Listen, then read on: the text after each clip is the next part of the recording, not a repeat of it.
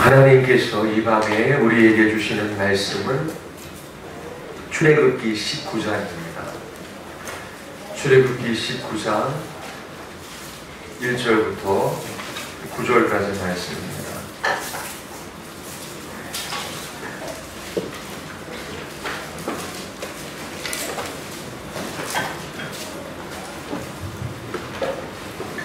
출애굽기 19장 1절에서 9절까지 말씀입니다. 제가 한 절 읽고 여러분들이 한 절 읽고 교독하겠습니다. 이스라엘 자손이 애굽 땅을 떠난 지 3개월 되던 날 그들이 시내 광야에 이르니라.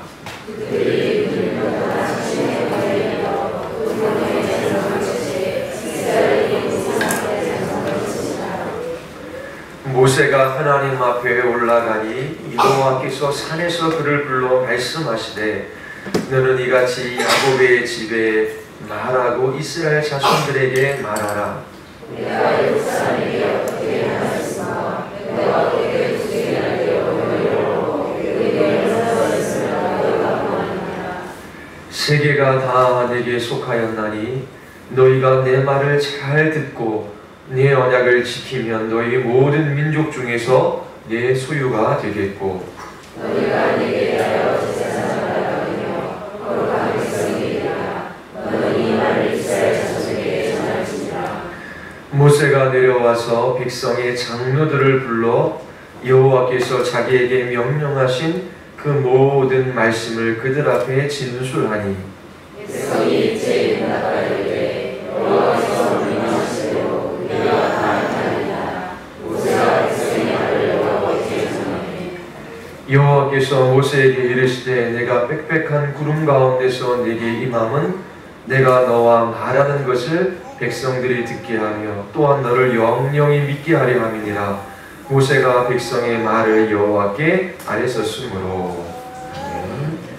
우리 말씀 듣기 전에 기도하시겠습니다.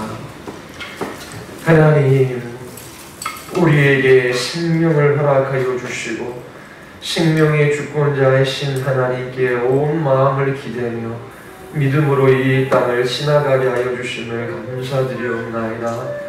우리의 기쁨이며 우리의 소망이며 우리의 자랑이신 예수 그리스도만을 바라보게 하여 주시고 그리스도 안에서 우리에게 주시는 생명의 약속들을 저희들이 붙들며 이 길들을 걸어가게 하여 주시옵소서. 성령 하나님께서 우리의 눈을 열어 주를 보게 하여 주시고 구원하시는 하나님의 영광을 바라게 하여 주시옵소서. 이 땅에서 주어진 모든 삶의 자리 속에서 모든 시간 가운데 오직 하나님만 섬기는 주의 거룩한 백성들로 나타나게 하여 주시옵소서. 이 밤에도 하나님께서 동일하게 우리에게 말씀하여 주시기를 간절히 원하오며 예수 그리스도의 이름으로 기도드리옵나이다.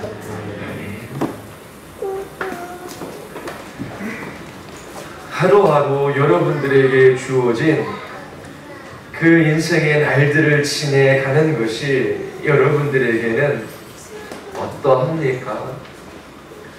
예수 그리스도 없는 인생, 하나님 없이 살아가는 삶, 상상이나 해볼 수 있겠습니까? 하나님이 안 계시다. 예수 그리스도 그분이 이 세상에 오셔서 죄인들을 위하여 십자가에 죽으시고 부활하심으로 하나님의 보좌 우편에 앉아 계셔서 오늘도 믿는 우리들의 주가 되어 주시고 또 마침내 심판주로 다시 오실 것이다 라고 하는 이 놀라운 사실들을 알지 못하고 이 땅에 있는 것들에 매여 살아간다면 얼마나 허망하겠습니까?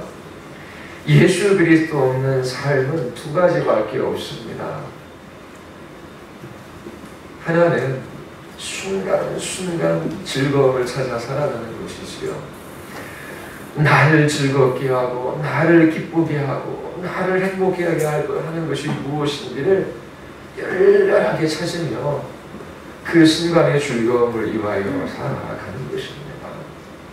내일이 우리에게 즐거움을 가져다 주리라 우리는 기대할 수 없어요.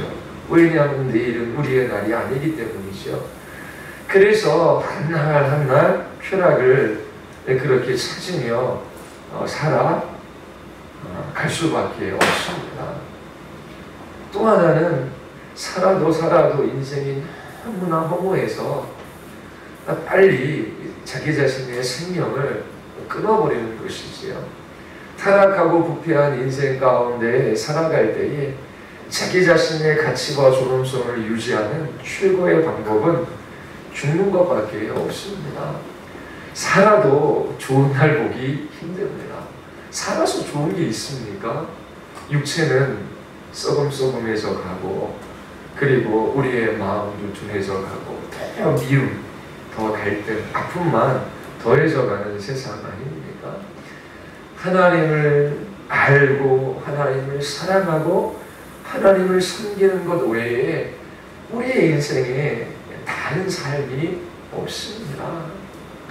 하나님 알아가는 기쁨이 여러분들에게 있습니까? 아브라함이 노아에게 찾아오셔서 하나님께서 약속하셨습니다. 아브라함에게 찾아오셔서 하나님께서 약속하십니다.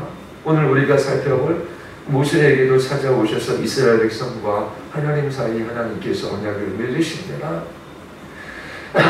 우리 하나님이 이러한 하나님이시구나. 우리 하나님께서 나와 같은 죄인들에게 이 놀라운 생명의 약속을 허락하셨구나. 어떻게 하나님께서 나의 하나님 되어주시고 어떻게 하나님께서 나에게 이러한 일들을 행하실 수 있을까? 나는 하나님 앞에 이러한 대접을 받을 만한 자격도 가치도 있는 사람이 아닌데 어떻게 하나님께서 나를 이렇게 생각하시고 이렇게 대하실까? 그 하나님 알아가는 기쁨과 즐거움이 있어요. 그러면서 하나님 더 사랑하는 것이지요. 하나님 사랑하는 것이 무거운 의무가 아니지요. 이 땅에 있는 것들은 사랑해서 우리에게 기쁨을 주기도 합니다. 잠시 만족을 주기도 하지요. 그런데 우리의 영혼 안에 참된 기쁨과 만족이 되지 않아요. 그런데 하나님을 사랑하는 것, 그 하나님을 알고 하나님을 사랑하는 것은 우리의 영혼에 참된 만족이 되고 영원히 그렇게 하나님을 알아가며 살아갈 수 있습니다. 그리고 하나님 섬기는 것이지요. 우리가 뭘 하면 하나님께서 섬김을 받을 수 있으시겠습니까?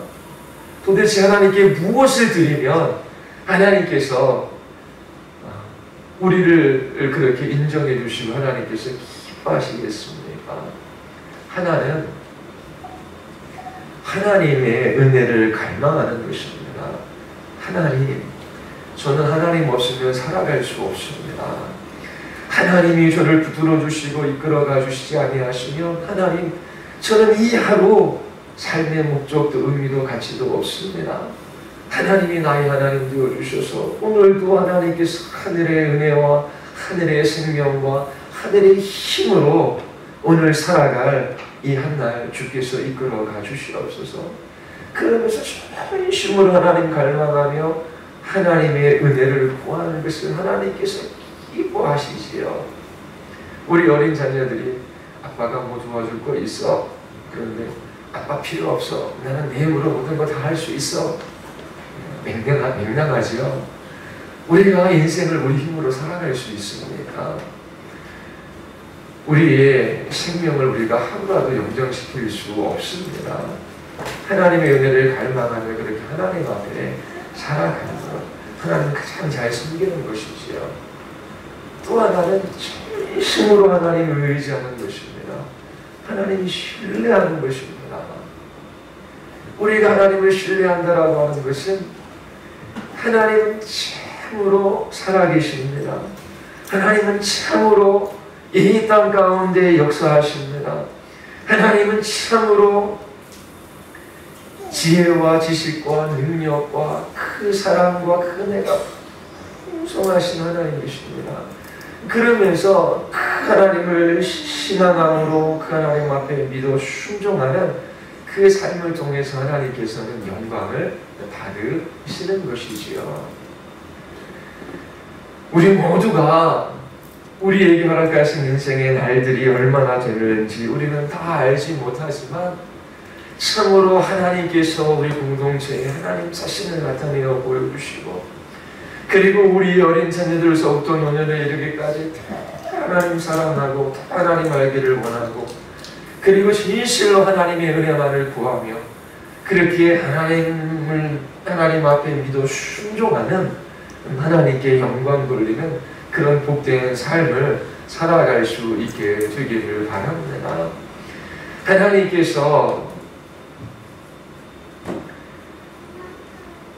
모세에게 찾아오셔서 하나님의 놀라운 약속의 말씀을 그렇게 이스라엘 백성과 믿으십니다.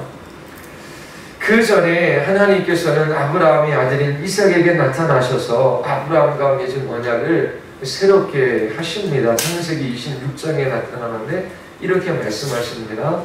내가 이 땅에서 살아야 내가 너를 보살피고 너에게 복을 주겠다. 이 모든 땅을 내가 너희 자손에게 주겠다. 내가 너희 아버지 아브라함에게 맹세한 약속을 이루어서 너희 자손이 하늘의 별처럼 많아지게 하고 그들에게 이 땅을 다 주겠다. 이 세상 모든 민족의 내 씨의 덕을 입어서 복을 받겠다. 그리고 하나님께서 또 베델에 있는 야곱에게 나타나셨습니다. 그리고 그에게 언약을 확증시켜 주시지요. 창세기 28장에 나타나 있습니다. 우리 같이 한번 찾아서 읽을까요? 좀 할 게 많습니다.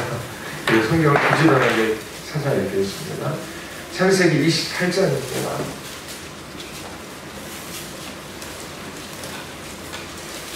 28장 13절, 14절, 15절을 우리 같이 한번 읽겠습니다.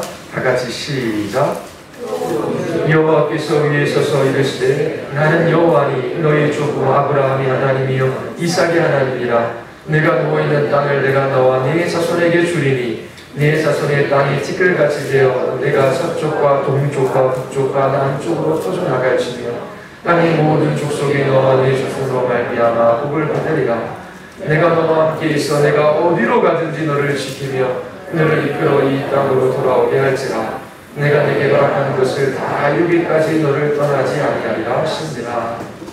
이때 야곱은 자신이 애굽에 내려가리라고는 전혀 생각도 하지 못했을 것입니다. 그리고 그의 후손들이 400년 동안이나 애굽에서 종살이 할 것도 몰랐습니다. 하나님께서 모세에게 다시 그 약속을 확증시켜 주실 때까지 아브라함과 이삭과 야곱에게 주신 약속은 깊은 수면에 가라앉아 있었습니다. 애굽에서 비참한 삶을 살고 있을 때에 하나님께서 모세에게 찾아오십니다. 그리고 모세를 통하여 하나님께서 이스라엘 백성들과 다시금 그 언약을 갱신하시지요. 하나님의 생각은 우리의 생각과 좀처럼 같지 않습니다.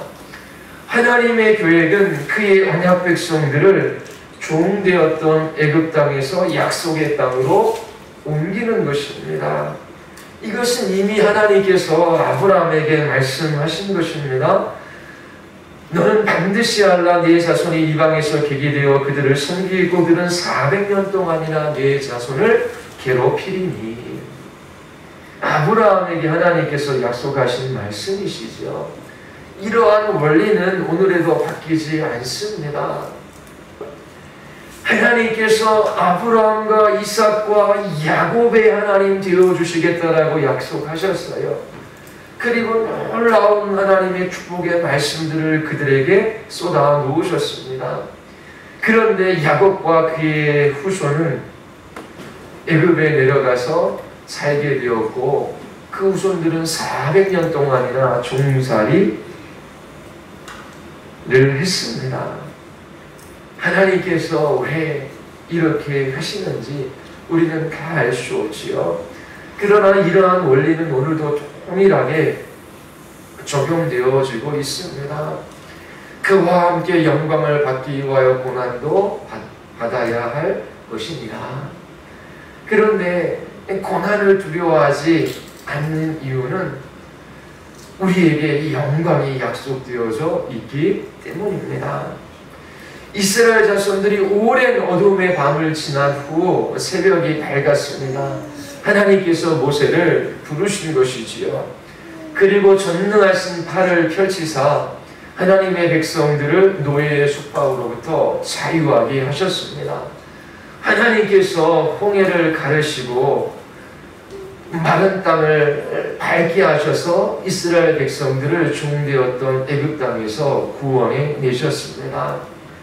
이스라엘 자손들은 광야에서 하늘로부터 양식을 공급받고 바위가 터져서 물을 얻을 수 있었습니다. 애굽에서 나온 지 석 달이 지나서 그들은 시내산에 도착합니다. 이곳에서 하나님께서는 아브라함과 이삭과 야곱과 맺은 언약을 이스라엘 백성들에게 확증시켜 주십니다. 출애굽기 19장서부터 34장까지는 언약과 관련되어 기록되어져 있습니다. 여러분들이 하나님과 이스라엘 백성과 맺은 이 언약을 통하여 우리가 살펴볼 수 있는 것 세 가지가 있습니다.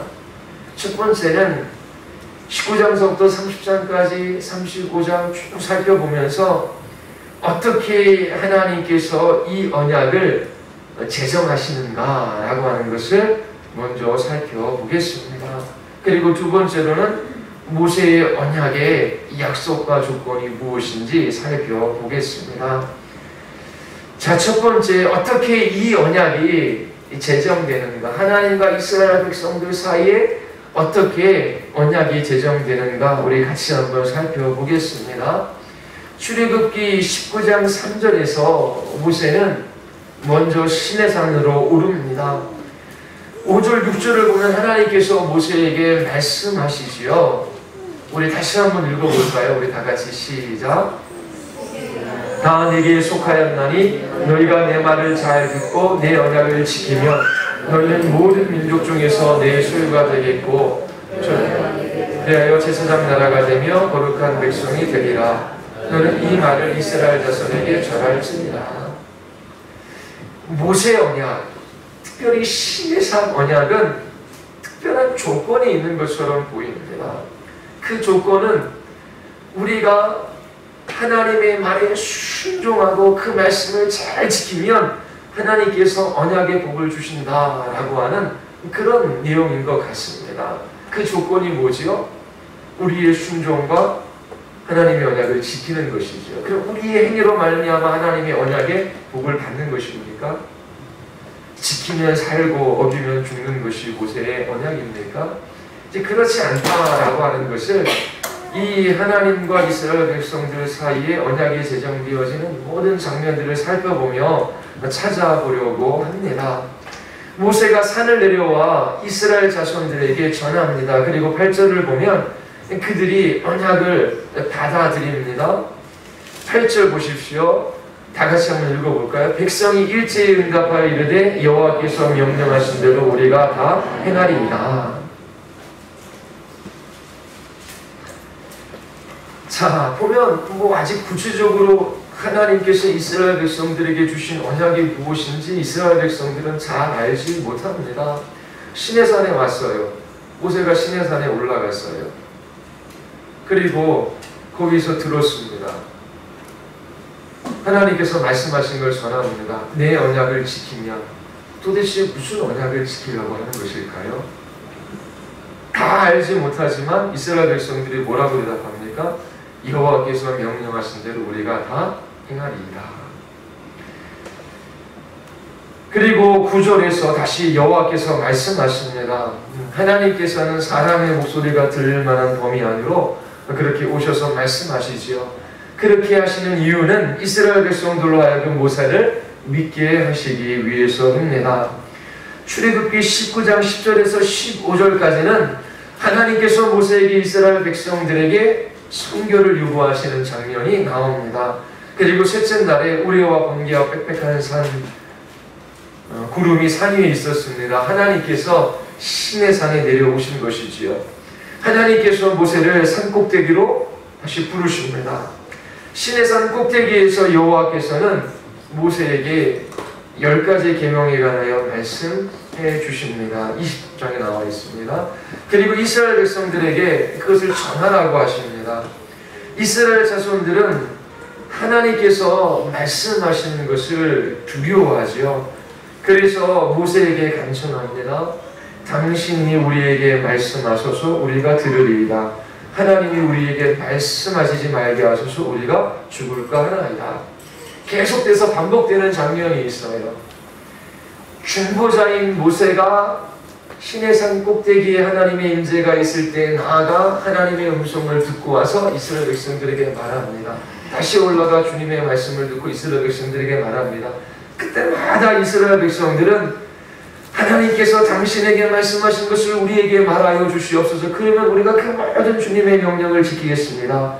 그러한 것들이 계속해서 반복해서 일어납니다. 20장 21절에서 모세는 하나님이 계신 흑암으로 가까이 갑니다. 그리고 하나님께로부터 나머지 법령을 받습니다. 이 십계명 외에 하나님께서 많은 규례들을 주시거든요. 이것이 21장부터 23장에 기록되어져 있습니다. 십계명보다 더 구체적인 율례와 법도들에 관해서 하나님께서 모세에게 알려주시지요. 그리고 24장 3절에서 모세는 모든 율례들을 이스라엘 자손에게 전합니다. 이스라엘 자손이 또 이야기해요. 뭐라고 이야기합니까? 여호와께서 말씀하신 모든 것을 우리가 준행하겠습니다 라고 모세의 말에 화답합니다. 그때 모세는 그가 받은 말씀을 기록합니다. 그리고 이른 아침에 일어나 산 아래 제단을 쌓습니다. 소로 번제와 화목제를 드리게 합니다. 그리고 그 피를 가지고 언약의 표로 삼지요. 모세는 그 피의 절반은 그릇에 담아놓고 나머지 절반은 제단에 뿌립니다. 그리고 모세가 그 기록한 언약의 책, 그 책을 들고 백성에게 낭독합니다. 이 이스라엘 백성들이 뭐라고 말합니까? 주님께서 명하신 모든 말씀을 받들어 지키겠다라고 말합니다. 계속해서 반복적이죠. 올라가서 듣고 이야기하고 올라가서 듣고 이야기하고 근데 그 내용이 점점 늘어납니다. 더 구체적으로 그렇게 하나님께서 말씀하시고요. 그리고 마지막에 어떻게 기록하지요. 그것을 낭독한 후에 하나님과 이스라엘 백성 사이에 피의 언약을 맺습니다. 그렇게 이스라엘 백성들이 주께서 명하신 모든 말씀을 받들어 지키겠습니다 라고 그렇게 말할 때 모세는 피를 가져다가 백성에게 뿌리며 말합니다. 보십시오. 이것은 주님께서 이 모든 말씀을 따라 당신들에게 세우신 언약의 피입니다. 이스라엘 자손들은 하나님 앞에 피로 맹세하였습니다. 종되었던 애굽 땅에서 이스라엘 백성들을 하나님께서 시내산까지 오게 하셨지요.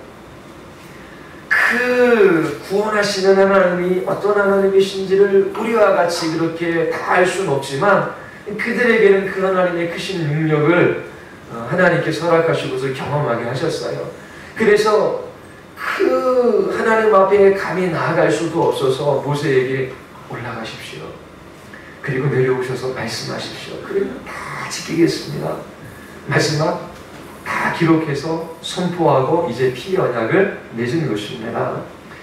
이렇게 이스라엘 자손들은 하나님 앞 피로 맹세했지요. 이것이 의미하는 것이 무엇입니까? 만약 우리가 이 언약을 어기면 소가 피를 흘린 것처럼 우리도 피를 흘려 죽게 될 것입니다. 하나님, 우리가 하나님의 언약을 깨트리면 죽어 마땅합니다 라고 하는 그런 의미를 가지고 있습니다. 모세는 아론과 나답과 아비후와 이스라엘의 장로 70명과 함께 산에 오릅니다. 꼭대기는 못 오르죠. 중턱까지 올라갑니다. 거기에서 하나님의 영광을 보고 먹고 마십니다. 잔치가 열린 것이지요. 언약을 체결한 후 잔치가 열린 것입니다. 그때 주님께서 모세에게 말씀하십니다. 너는 내가 있는 산으로 올라와서 여기에서 기다려라. 그러면 내가 백성을 가르치려고 몸소 돌판에 기록한 율법과 계명을 너희에게 주겠다. 자, 어떻게 해요? 모세가 기록했죠. 그런데 이제 하나님께서 이 모세에게 다시금 시내산 꼭대기로 올라가고 말씀하셔요. 몸소 돌판에 기록한 율법과 계명을 주겠다라고 하십니다. 모세는 구름 가운데를 지나 산 위로 올라가서 밤낮 40일을 그 산 위에 머물렀습니다. 출애굽기 25장에서 31장은 하나님께서 모세에게 주시는 말씀입니다. 주로 성막을 짓는 것과 제사장들의 직무에 관해서 하나님께서 말씀하십니다. 하나님께서 시내산에서 모세에게 그렇게 말씀을 하시고 그 말씀을 마치신 후 하나님이 손수 돌판에 쓰신 증거판 2개를 모세의 손에 들려주십니다. 모세가 40일 동안 시내산 꼭대기에 머무는 동안 이미 이스라엘 자손들은 하나님과 맺은 언약을 깨고 우상을 만들었습니다. 출애굽기 32장 8절을 한번 보십시오. 하나님께서 말씀하십니다. 32장 8절입니다. 우리 다 같이 한번 읽어볼까요? 다 같이 시작. 그들이 내가 그들에게 명령한 길을 속히 떠나 자기를 위하여 송아지를 구워 만들고 그것을 예배하며 그것에게 제물을 드리며 말하기를 이스라엘아 이는 너희를 애굽 땅에서 인도하는 너희 신이라 하였도다. 어린 백성이지요. 무지한 백성입니다.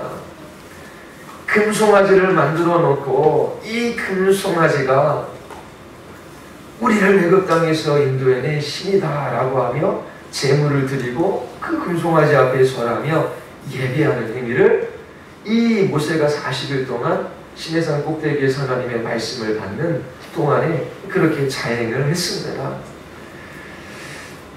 모세가 이스라엘 자손들을 위해서 기도합니다. 하나님께서 모세의 기도를 들으시고 진노를 거두십니다. 모세가 이제 진 가까이 와서 보니 사람들이 숫송아지의 주위를 돌면서 춤을 추고 있었습니다. 모세가 너무나 화가 나서 그의 손에 들고 있었던 돌판 2개를 산아래로 던져서 깨뜨려 버렸습니다. 이것이 의미하는 것이지요.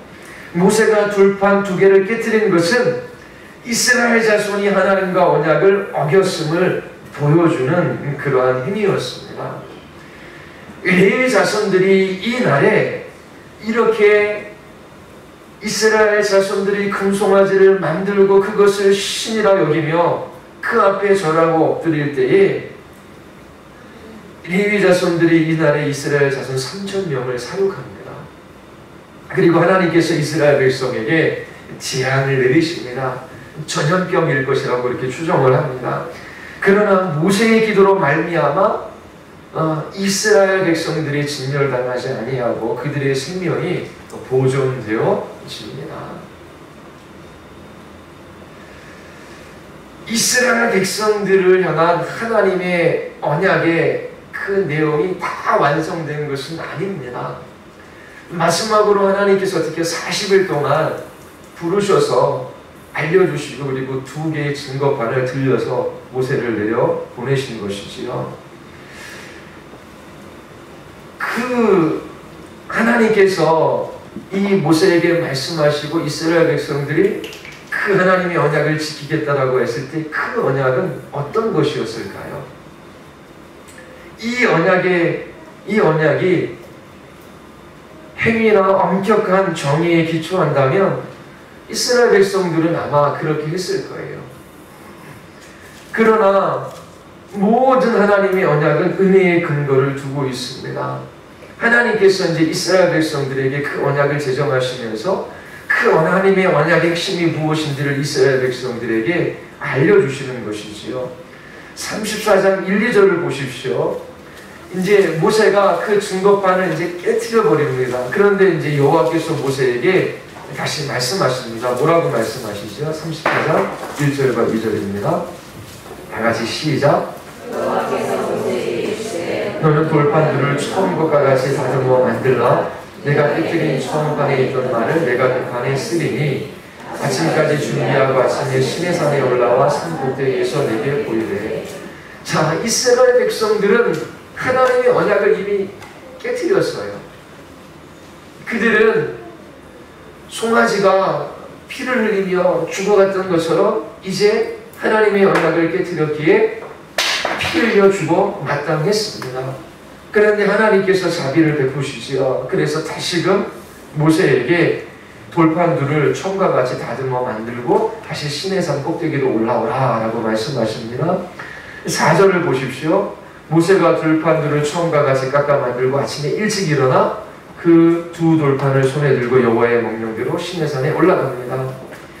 하나님께서 자신을 나타내어 보여주시고 갱신된 언약의 기초를 나타내어 보여주시는 장면이 34장 6절과 7절에 있습니다. 우리 같이 한번 읽어볼까요? 다 같이 시작. 그의 앞으로 지나시며 선포하시되 여호와라 여호와라 자비롭고 은혜롭고 노하기를 더디하고 인자와 진실이 많은 하나님이라. 인자를 천대까지 베풀며 악과 과실과 죄를 용서하리라. 그러나 벌을 면제하지는 아니하고 아버지 앞에는 자손 삼사리라. 이게 무슨 말씀입니까? 주님께서 모세의 앞으로 지나가면서 선포하시는 말씀입니다. 지금 이스라엘 백성들이 하나님 앞에 그렇게 바른 태도를 취하지 못하고 있어요. 그들은 하나님 앞에 진멸당하여 마땅한 겁니다. 그런데 하나님께서 모세를 시내산 꼭대기에 오르셔서 그 언약의 기초를 놓고 계시는데 어떤 말씀을 하셔요?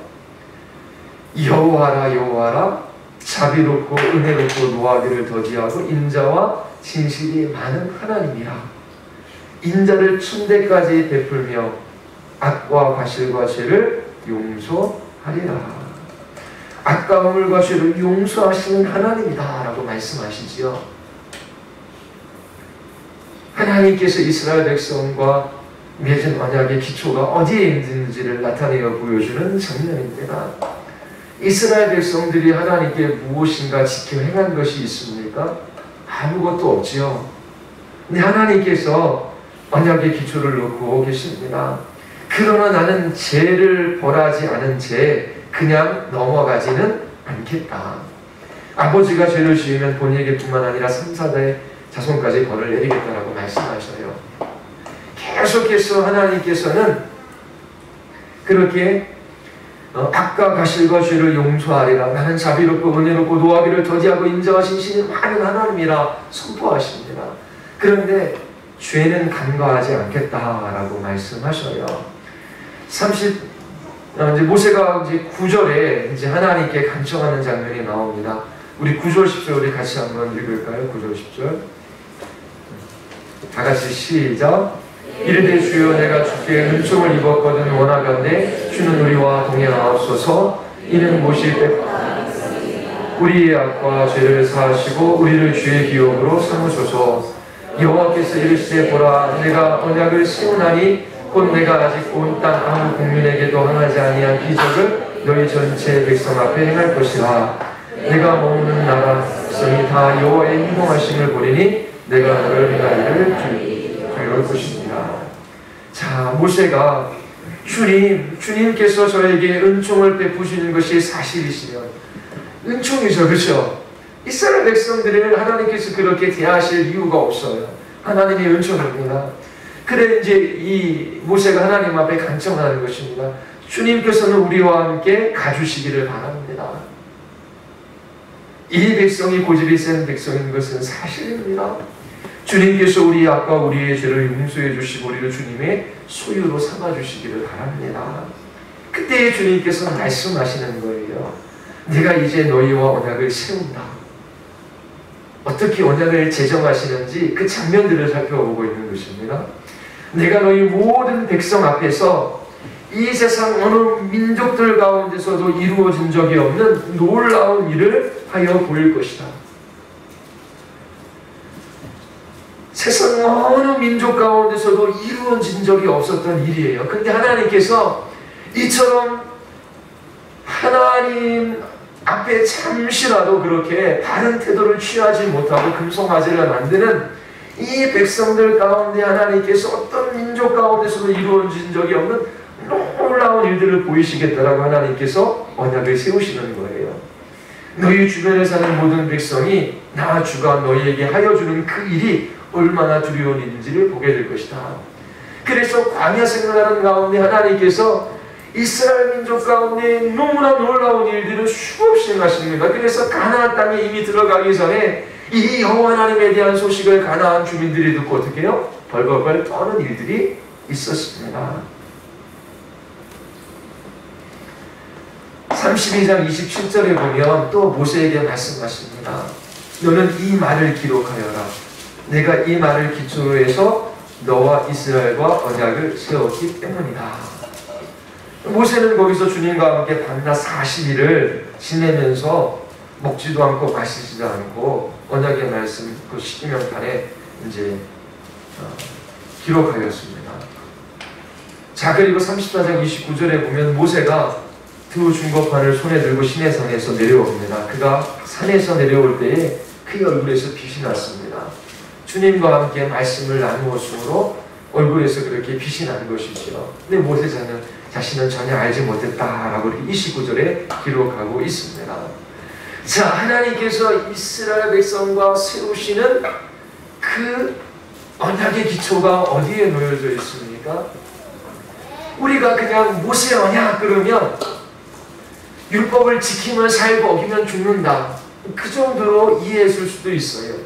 그런데 하나님께서 이스라엘 백성과 언약을 제정해 가시는 그 모든 장면들을 보면 하나님의 은혜가 아니면 설명할 수 없어요. 여태까지 지내온 것들 기억하시죠? 모세가 하나님의 말씀을 듣고 와서 이야기하면 지키고 준행하겠습니다. 또 와서 말하면 그렇게 하겠습니다. 그래서 하나님께서 마지막 다 부르셔서 40일 동안 모세에게 다 하시고 증거판 이렇게 하나님께서 손에 들려주셔서 보내실 때 금송아지 섬기고 있어요. 근데 하나님께서 어떻게 해요? 나 여호와는 이러이러한 하나님이다. 그리고 어떤 민족에서도 찾아볼 수 없는 놀라운 일들을 너희 가운데 행할 것이다. 모든 민족이 내가 너희 민족 가운데 행한 그 일들을 듣고 두려워 떨 것이다.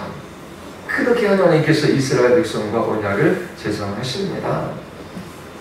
지금까지 하나님과 이스라엘 가운데 언약이 세워지는 대략을 살펴보았습니다. 이 언약에 대한 하나님의 약속과, 그러니까 하나님께서 언약은 약속을 포함하고 있거든요.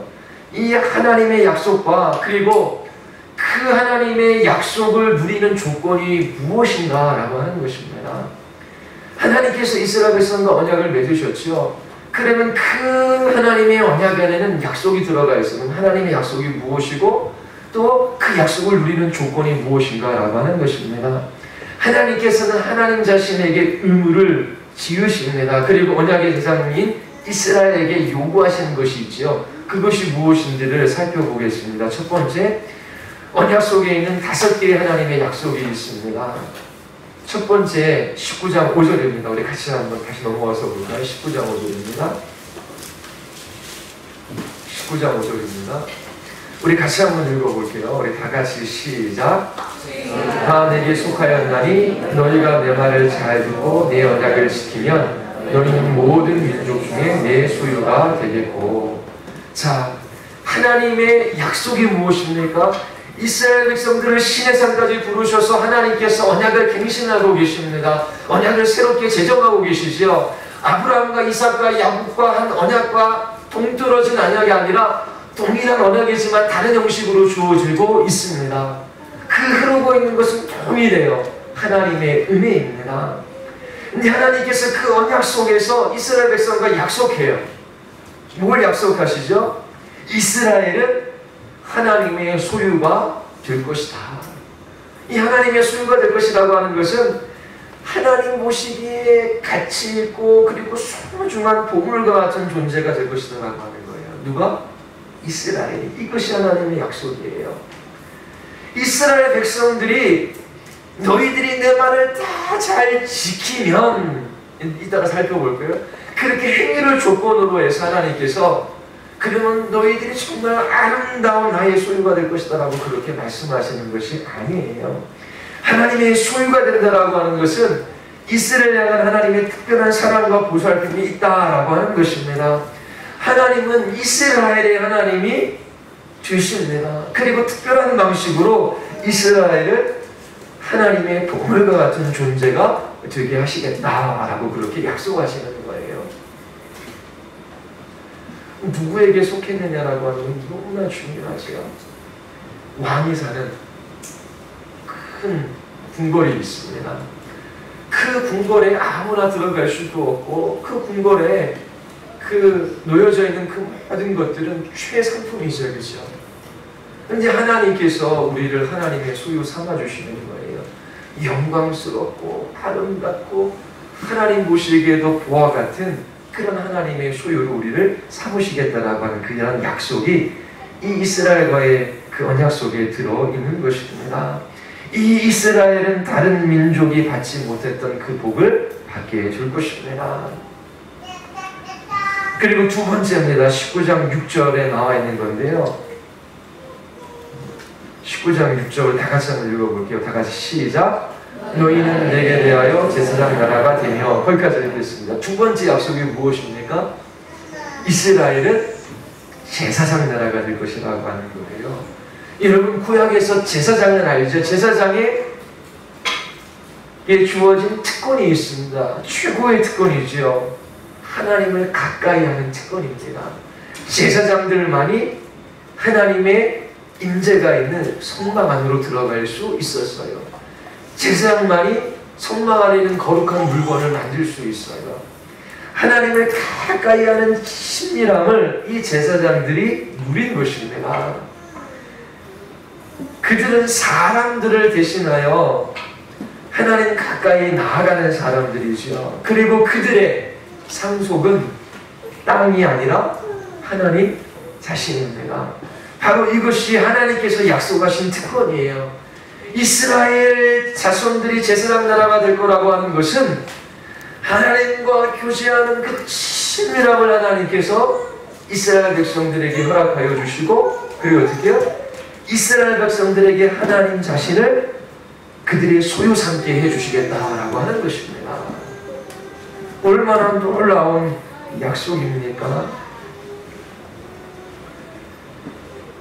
온 우주의 왕이신 하나님께 가까이 나아갈 수 있는 그 특권보다 더 위대한 특권은 없습니다. 힘 있고 능력 있는 사람 만나는 게 쉽지 않지요. 그런데 이제 이스라엘은 제사장 나라가 되어 하나님과의 친밀한 교제 속에서 살아가고 그 하나님을 소유 삼는 백성이 될 것이다 라고 하는 거예요. 우리 세 번째 약속이 있습니다. 세 번째는 19장 6절 하반절에 나와 있습니다. 그게 뭐죠? 약속이 뭐죠? 거룩한 백성이 되리라. 거룩한 백성이 된다라고 하는 것은 이스라엘을 다른 민족으로부터 하나님께서 구별하시겠다라고 하는 것이죠. 하나님께서 말씀하십니다. 내가 거룩하니 너희도 거룩하라. 그들이 거룩하신 하나님처럼 거룩한 성품을 소유하게 된다라고 하는 것입니다. 이스라엘이 하나님과의 언약을 지키면 그들이 하나님과 같아지는 특권을 누리게 될 것이다 라고 그렇게 약속하고 계십니다. 수요일날 계속해서 민수기의 말씀을 여러분들에게 증거하고 있습니다. 이 세상은 거룩하고 속된 것으로 나누어지죠. 속된 것은 부정한 것과 정결한 것이 있다고 말씀드렸습니다. 정결하고 부정한 이 속된 것들은 죄된 것들은 아닐 수 있어요. 그런데 진실로 하나님을 예배하는 그 예배의 자리에 나가기 위해서는 정결하게 되고, 그리고 하나님께 속할 때만 거룩해질 수가 있는 것입니다. 사람이라고 하는 존재는 하나님이 거룩하신처럼 그렇게 거룩한 삶을 살아갈 때에 가장 만족하고 가장 기쁘고 복된 그러한 삶을 살아갈 수 있습니다. 그런데 하나님께서 어떻게 이스라엘 백성들을 하나님께서 원래 창조하시고 구원하신 그 가장 아름답고 복된 자리로 하나님께서 그를 세워주시겠다고 그렇게 약속하시는 것입니다. 네 번째 약속이 있습니다. 23장 22절입니다. 놀라운 약속입니다. 23장 22절입니다. 우리 같이 한번 읽어볼까요? 23장 22절입니다. 다 같이 시작. 그의 목소리를 잘 충종하고 내 모든 말대로 행하면 내가 내 원수에게 원수가 되고 내 대적에게 대적이 되시니라. 자, 여기서 하나님께서 약속하시는 것이 무엇입니까? 내가 내 원수에게 원수가 되고 내 대적에게 대적이 될지니라. 이것이 하나님의 약속의 말씀입니다. 이스라엘을 대적하는 사람은 누구나 하나님을 이제 상대해야만 하는 것입니다. 34장 10절에 보면 여호와께서 이르시되 보라 내가 언약을 세우르니 곧 내가 아직 온 땅 아무 국민에게도 행하지 아니한 이적을 너에게 전체 백성 앞에 행할 것이라. 너희 머무는 나라 백성이 다 여호와 행하심을 보리니 내가 너를 위하여 행한 일을 두려워할 것이라. 하나님께서 이스라엘 편에 서는 것입니다. 그래서 이스라엘을 대적하는 사람들은 하나님을 대적해 하나님을 상대해야 되는 거예요. 그러니까 이스라엘 백성이 아닌 타 민족들은 하나님을 두려워하며 하나님 앞에 떨 수밖에 없는 것이지요. 이것이 이스라엘 백성들에게 하나님께서 약속하시는 내용입니다. 다섯 번째 약속이 있어요. 34장 6절과 7절이죠. 우리 다시 한번 읽어보겠습니다. 34장 6절과 7절인데 다같이 시작. 그의 앞으로 지나시며 선포하시되 여호와라 여호와라 자비롭고 은혜롭고 노하기를 더디하고 인자와 진실이 많은 하나님이라. 인자를 천대까지 베풀며 악과 가실과 죄를 용서하리라. 그러나 벌을 면제하지는 아니하고 아버지 앞길을 자손 삼세대까지 보호하리라. 자, 하나님께서 뭐라고 말씀하십니까? 자비롭고 은혜롭고 노하기를 더디하시는 하나님이 되실 것을 약속하십니다. 그들이 악과 가실과 죄를 용서하리라 그렇게 약속하십니다. 자, 하나님께서 이스라엘 백성들을 시내산까지 이끌어 오셔서 하나님의 언약을 제정하고 계시지요. 그 하나님께서 이스라엘 백성들에게 언약을 제정하시는데 그 안에는 하나님의 약속이 포함되어져 있습니다. 그 약속 5가지 기억하시나요? 너무 많은 것들을 해서 나중에 뭐가 남을는지 그럼 계속해서 할 겁니다. 동일하게요. 첫 번째가 무엇이죠? 이스라엘은 하나님의 특별한 소유가 될 것이다 라고 하고 있습니다. 감동이 되어야 돼요. 두 번째가 이스라엘은 하나님께 제사장 나라가 될 것이다 라고 하는 거예요. 세 번째는 거룩한 백성이 될 것이다. 네 번째, 하나님께서 이스라엘을 위해 싸우시고 모든 적들을 물리치실 것이다 라고 하는 것입니다. 다섯 번째, 하나님께서 이스라엘이 죄를 짓는다라고 할지라도 은혜와 자비와 오래 참음으로 그들을 대하실 것을 약속하고 계십니다. 모세 언약에 나타난 하나님의 5가지의 약속입니다. 그러나 이스라엘이 어떤 조건을 충족시키지 못하면 이 약속은 그들의 것이 될 수가 없어요.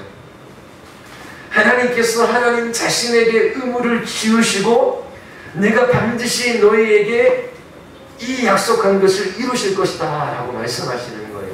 5가지 약속을. 그리고 또 하나님께서 어떻게요? 이 이스라엘 백성들에게 이 언약의 복을, 이 약속을 그들의 것으로 삼으려면 그들이 어떤 조건을 충족시켜야만 했습니다. 근데 그게 뭐냐라고 하는 것입니다. 다시 19장 5절로 돌아가겠습니다. 19장 5절입니다.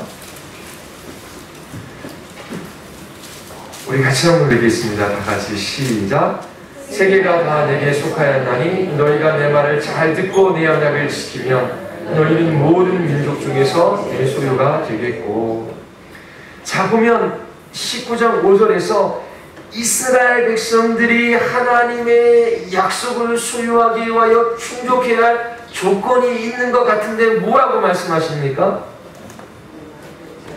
내 말을 잘 듣고 이건 순종을 이야기하시는 거예요. 그 다음에 이 언약을 지키면. 그러면 하나님의 약속의 말씀을 소유하고 이스라엘 백성들이 누리기 위해서는 뭐가 필요해요? 순종이라고 하는 행위가 필요한 겁니까? 그들이 잘 살지 않으면, 그들이 순종하지 않으면 이 하나님의 약속의 복은 그들의 것이 못 되는 것입니까? 그러면 모세 언약은 행위 언약입니까? 어려운 거 아닙니까? 뭐 하는지 이해하시죠? 네? 그렇게 내 말을 잘 듣고 순종하면 어떻게 해요? 네 언약을 너희 모든 민족 중에 내 소유가 되겠고, 아까 소유가 되겠다는 게 첫 번째 약속이잖아요. 그러면 행위를 조건으로 해서 하나님께서 이 약속을 너희 것이 되게 하겠다라고 하는 그 말이냐는 거예요. 이 행위를 충족시키면 하나님께서 이러한 복을, 이러한 약속의 복을 주시겠다라고 하는 거냐. 그러면 인간이 하나님 앞에 충족시켜야 할 그 조건이 무엇인지 그거를 알아야 되죠. 조건은 완전히 죄가 없어야 한다라고 하는 것이 아닙니다. 모세 언약은 죄를 짓는다면 언약의 축복이 없을 것이다. 불순종하면 너희들에게 이런 언약의 축복이 없을 것이다 라고 하는 것을 가르치지 않습니다. 왜냐하면 하나님께서 언약을 세워 가시는 그 과정을 보니까 이미 이 이스라엘은 불순종했어요. 그렇죠? 우상을 섬기지 않았어. 금송아지를 만들지 않았습니까? 그런데 그런 그들에게 하나님께서 이 언약의 기초를 놓고 계시는 거예요. 하나님은 악과 과실과 죄를 용서해 주셨지요. 하나님께서 이스라엘 백성들과 세우신 그 언약의 기초는 뭐예요? 은혜에 있는 것입니다. 은혜예요.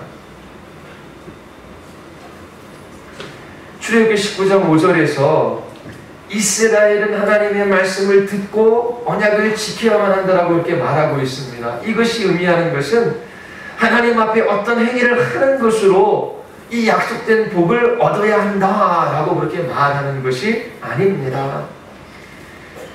하나님의 은혜와 자비와 용서를 받기 위하여 우리가 선행을 해야 하고 순종을 해야 한다라고 하는 것이 아니라 하나님 앞에 충족되어야 할 조건이 있는데 그것은 어떤 일정한 태도를 하나님 앞에 유지해야 된다라고 하는 것입니다. 어떤 태도입니까? 그 팁을 출애굽기 20장 5, 6절에 주고 있어요. 출애굽기 20장 5, 6절입니다. 20장 5, 6절입니다. 다 같이 한번 읽어보겠습니다. 같이 시작. 그것들에게 절하지 말며 그것들을 숨기지 말라. 나 내 질투하는 하나님인 즉 나를 미워하는 자의 죄를 갚되 아버지로부터 아들에게로 3세대까지 이르게 하거니와 나를 사랑하고 내 계명을 지키는 자에게는 천대까지 이르기를 베푸리라. 자, 하나님이 새롭게 이스라엘 백성과 제정하신 그 언약은 은혜에 기초하고 있는데 이 은혜의 약속을 받아 누리는 그 조건이 나오고 있어요. 그게 뭐야? 나를 사랑하고 내 계명을 지키는 자에게 천대까지 은혜를 베푸리라. 자, 이스라엘 편에서 그 하나님의 언약에 그 언약에 충실한 것, 그 언약을 계속해서 유지해가는 길은 무엇입니까? 하나님을 사랑하는 것입니다.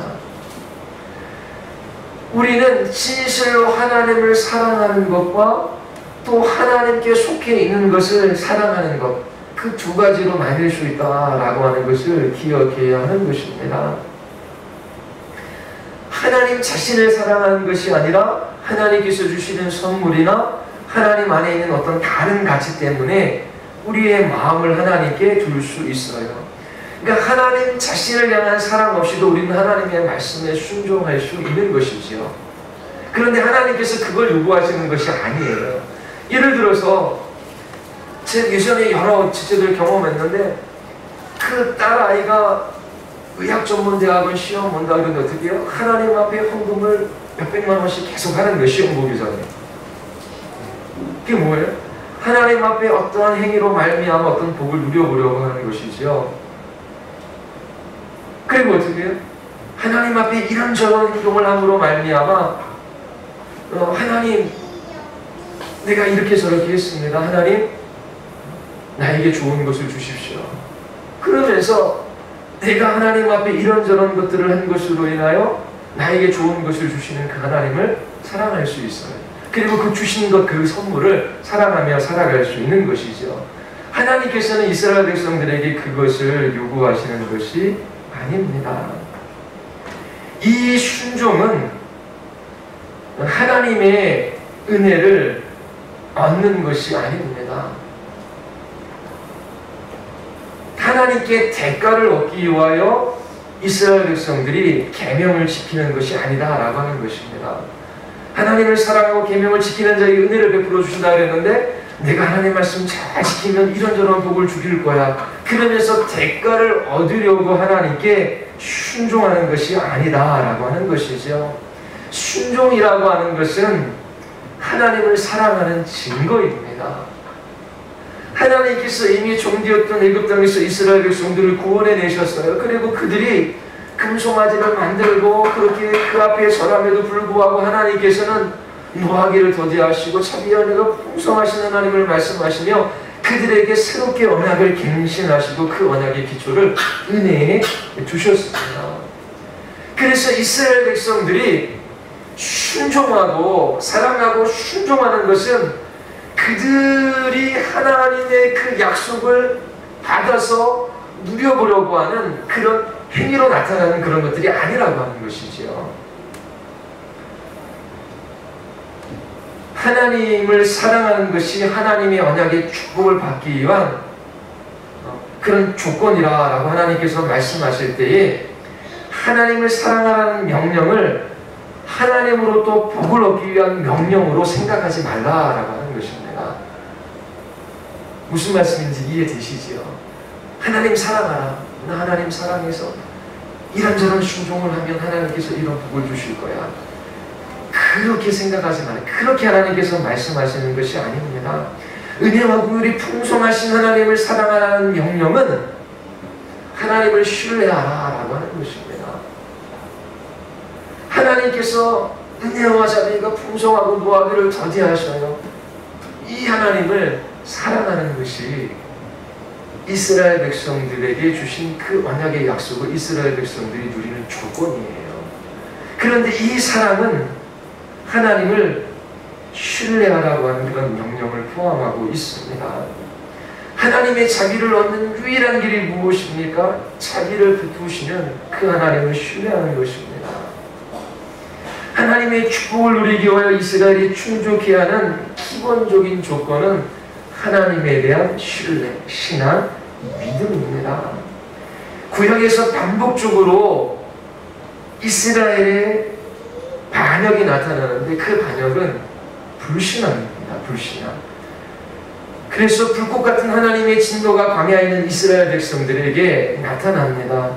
시편 78편 22절에도 하나님을 믿지 아니하며 그의 구원을 의지하지 않았기 때문이다.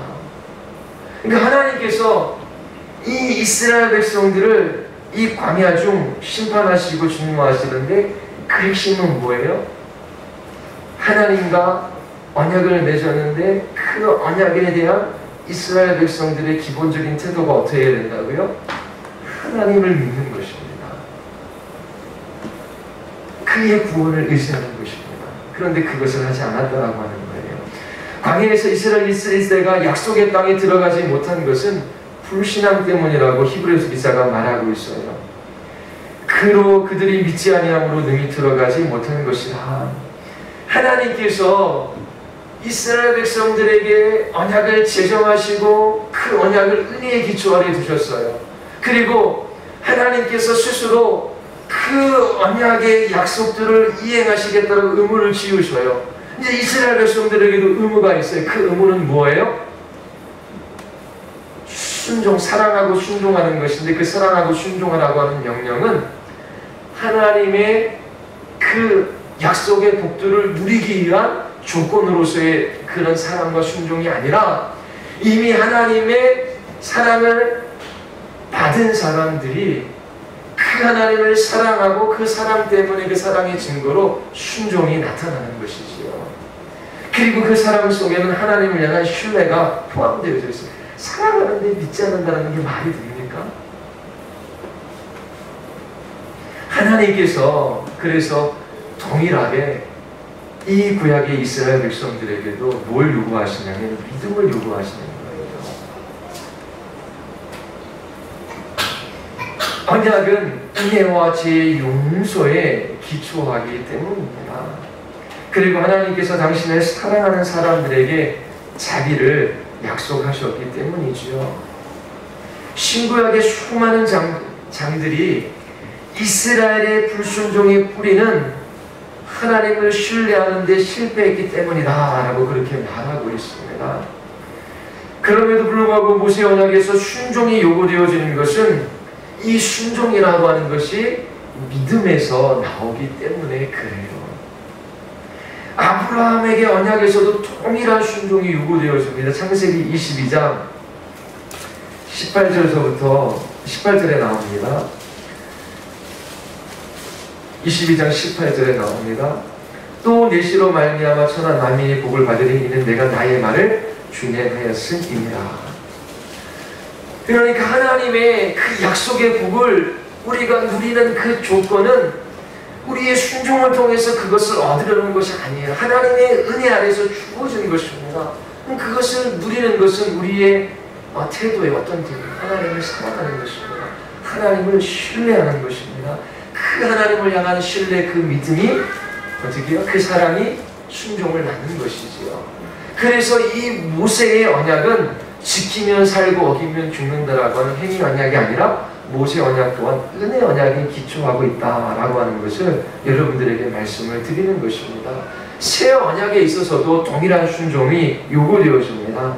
히브리서 5장 8절에도 보면 그가 아들이면서도 받으신 고난으로 순종을 배워서 라고 기록하고 있습니다.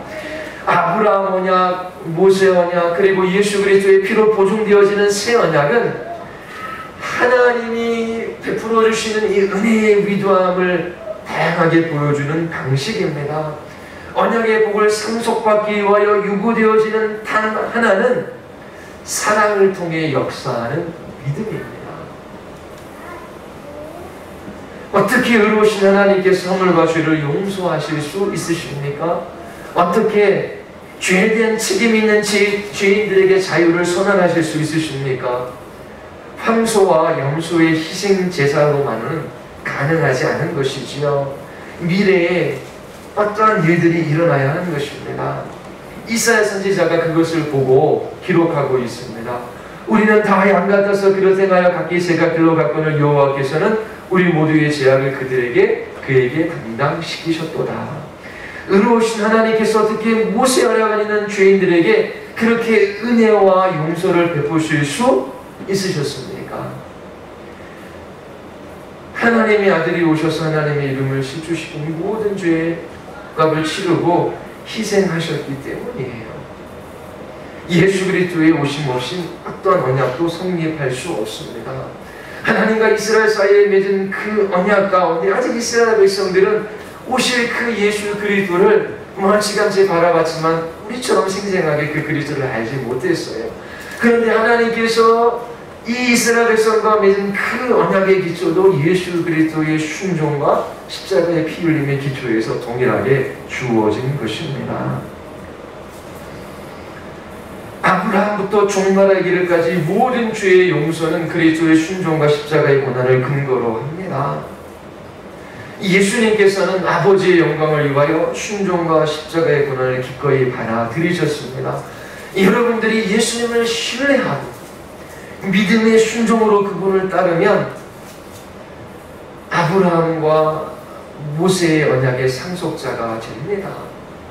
하나님께서 모세를 통하여 이스라엘 백성들에게 언약하신 그 약속의 말씀이 있지요. 무엇입니까? 하나님의 특별한 소유가 된다라고 하는 것입니다. 제사장 나라가 된다라고 하는 거예요. 거룩한 나라가 되는 것이죠. 하나님께서 놀라운 능력으로 여러분들의 적들을 대적하시겠다라고 하는 것입니다. 그리고 하나님께서 어떻게 해요? 우리들에게 자비롭고 은혜롭고 노하기를 더디하고 인정하신 신이 많은 하나님으로 하나님 자신을 계시해 주시겠다라고 하는 것입니다.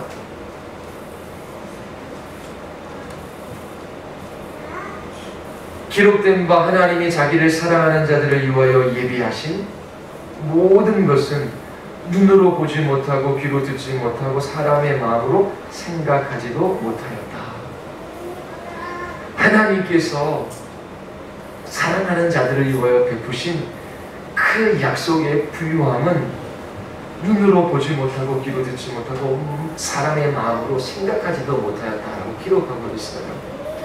그러니까 우리가 신앙생활하고 있는데 이 신앙생활하고 있는 가운데 예수 그리스도 그모로 말미암아 하나님께서 우리에게 베풀어 주신 이 구원의 은혜, 그 하나님께서 그리스도 안에서 우리에게 주신 그 약속, 이 약속들은 너무나 어마어마하고 너무나 크기 때문에 눈으로 보지 못하고 귀로 듣지 못하고 사람의 마음으로 생각하지도 못했던 거예요.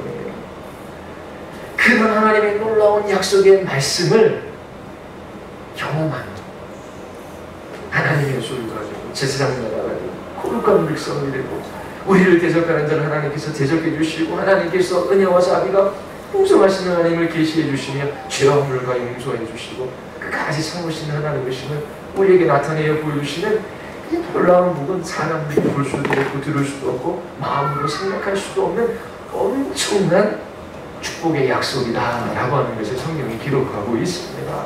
신앙생활은 이것을 경험하는 거예요. 그러니까 아까 말씀드린 것처럼 하나님을 알아가고 그 하나님을 사랑하고 그 하나님 앞에 살아가는 그 하나님의 백성들의 복이 무엇인지를 알고 찬양하는 것은 이 땅에서는 죄가 있어요. 우리 육체의 한계가 있어요. 그러니까 어떻게 주님 오실 날 사모하고 주님 배울 날이 그렇게 기다려지는 것입니다. 이 놀라운 하나님의 약속의 말씀들을 그리스도 그분으로 말미암아 우리가 경험해 가기 때문에 그래요. 여러분 하나님의 소유 되셨습니까? 제사장들 되셨습니까? 하나님께서 여러분들을 거룩하고 흠이 없는 자녀로 빚어가신다라는 말의 의미가 무엇인지를 아십니까? 여러분들을 대적하는 자를 하나님께서 대적하십니다. 여러분들을 쓰러뜨리려면 하나님을 넘어뜨립니다. 그런 일들이 일어날 수 있습니다. 하나님께서 하나님 자신을 여러분들에게 계시해 주십니다. 이 놀라운 것이 그리스도 안에 약속되어졌거든요. 그래서 앞으로도 신앙생활하는 동안에 계속 살펴보겠지만 이 땅에 정금을 소유하는 것, 이 땅에 세상 사람들이 아무리 가치 있고 좋더라고 여기는 것들을 가진 것과 비교할 수 없는 그 그리스도를 소유하고 그분의 안에서 주신 약속의 말씀을 붙들고 살아가는 이 신자의 영광과 복에 관하여 여러분들이 깊이 있게 달아가다가 정말 이 땅에서 사람들이 눈이 있어도 보지 못하고 귀가 있어도 듣지 못하고 마음으로도 생각해보지 못했던 그 놀라운 신앙의 세계가 있음을 우리가 맛보아 알고 주님 사모하며 주님 나라 가기를 준비하며 그렇게 살아가는 것입니다. 이 땅에 있는 것과 비교할 수 없습니다. 오전에 말씀드린 것처럼 장난감 얘기 드렸지요. 너무나 하찮아 보입니다. 그렇게 하나님께서 우리로 하여금 그 그리스도를 보게 하시고 그분의 안에서 주신 약속의 말씀을 누리며 살게 하시는 은혜가 여러분들에게 있게 되기를 바랍니다. 우리 같이 한번 기도하시겠습니다.